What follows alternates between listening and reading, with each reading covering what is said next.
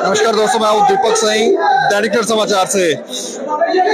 Education board Jammu में इस समय एबीवीपी के छात्र जो है वो प्रदर्शन कर रहे हैं और प्रदर्शन करने की वजह जो हमें जानकारी दी गई है उसके मुताबिक यहाँ पर 11th क्लास में अगर किसी बच्चे का एक सब्जेक्ट या दो सब्जेक्ट में अगर वो रह गया है तो उसके बाद उसको अब 12th में एडमिशन मिलने के बाद उसे एग्जाम नहीं देने दिया जा रहा है। इस तरह की जानकारियां हैं और ये लोग जो हैं वो यहाँ पर प्रदर्शन कर रहे हैं।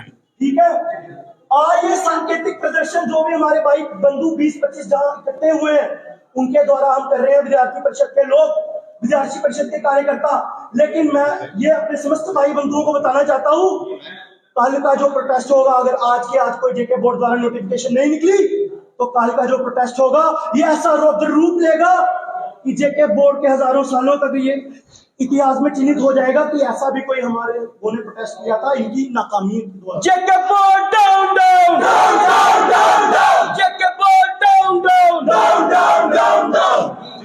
मुझे बताएं क्या हुआ क्या है। देखिए सर, आज का जो ये प्रदर्शन है, हम तो जेके बोर्ड के चेयरमैन सर को मेमोरेंडम देने आए थे। इसका इशू क्या था कि जो बच्चे हैं जो रेगुलर में फेल हो गए थे वो प्राइवेट में गए और कोई गलती से वो जो है प्राइवेट एग्जाम्स में भी फेल हो चुके हैं।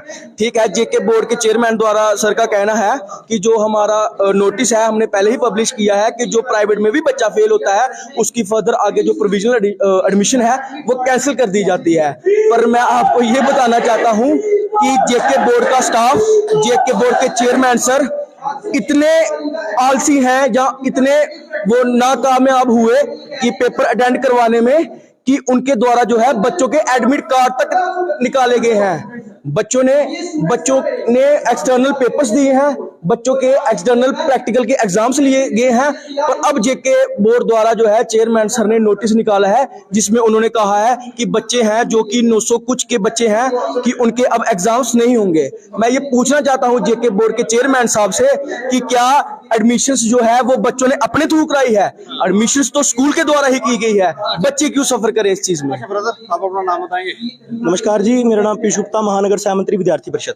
अच्छा, क्या इशू हुआ है जो जैसे 11th क्लास के किसी छात्र का कोई एक सब्जेक्ट फेल हुआ है या दो सब्जेक्ट फेल हुए हैं उसके बाद उससे एडमिशन मिल गई तो अब एग्जाम में नहीं बैठने दिया जा रहा है? जी देखिए जी, ये इनका कहना है, चेयरमैन साहब का कहना है, चेयरमैन साहब का कहना है कि प्रोविजनल एडमिशन दी गई। लेकिन ये बताओ, अगर प्रोविजनल एडमिशन दी गई, उनका पेपर पास नहीं है तो जेके बोर्ड द्वारा एक बहुत बड़ा ग्लिच हुआ, उनका रोल नंबर तक आ गया, उनका सब सेंटर तक बन गया, उनके एक्सटर्नल प्रैक्टिकल पेपर तक ले ली गया। और अब जब थ्योरी का पेपर लेने की बात आई तो अब जेके बोर्ड वाले कह रहे हैं कि उनको एलिजिबल नहीं है। क्या ये बच्चों के साथ कोई खिलवाड़ कर रहे हो? अगर आपके अथॉरिटीज के द्वारा कोई ग्लिच हुआ है तो ये अथॉरिटीज को ही भुगतना पड़ेगा। ये आज आप 6 दिन पहले बच्चों को बता रहे हैं कि आप पेपर देने के काबिल नहीं है। अरे ये तो IAS, IRS, IFS अफसर हैं, लेकिन ये तो अभी नई पंखुड़ियां हैं जी।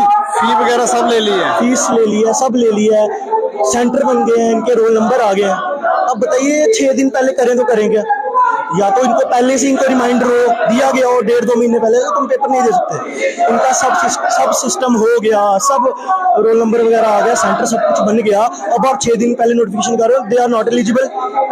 अभी चेयरमैन साहब से हम मिले, कहते हैं हमारे द्वारा ग्लिच हुआ है। अब आप क्या जो तो रिजाइन मान रहे हैं हमारे द्वारा ग्लिच हुआ है? आपके द्वारा ग्लिच हुआ है भाई साहब, बच्चों के द्वारा थोड़ा ना हुआ है। तो ये ग्लिच जो हुआ है आपके एफिलिएटेड बोर्ड स्कूल्स के द्वारा हुआ हो या फिर आपके जेके बोर्ड द्वारा हुआ हो, इसका भुगतान जेके बोर्ड को ही करना चाहिए। सीधी simple as that, JK board को इसका भुगतान करना चाहिए। अब 6 दिन पहले आप अगर बताएंगे तो बच्चों की ऊर्जा, जो बच्चों का ऊर्जा इन्होंने पढ़ाई पे लगाई है, बच्चों ने अपने भविष्य, उज्जवल भविष्य बनाने के बारे में सोचा है, वो तो सब मिट्टी हो गया ना।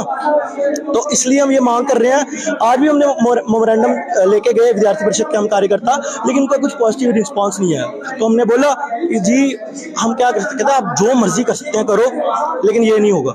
मेरे को कहते हैं हमारा वेबसाइट, मान रहे हैं कि ग्लिच हुआ है तो क्या नहीं होगा? कहते इनका नहीं होगा, हम अपने एग्जाम नहीं होगा, अपने लोगों को किस तारीख को एग्जाम है इनका? 6 तारीख जी, 6 मार्च को लोगों पे भी फाइन लगा रहे हैं, सब कुछ कर रहे हैं।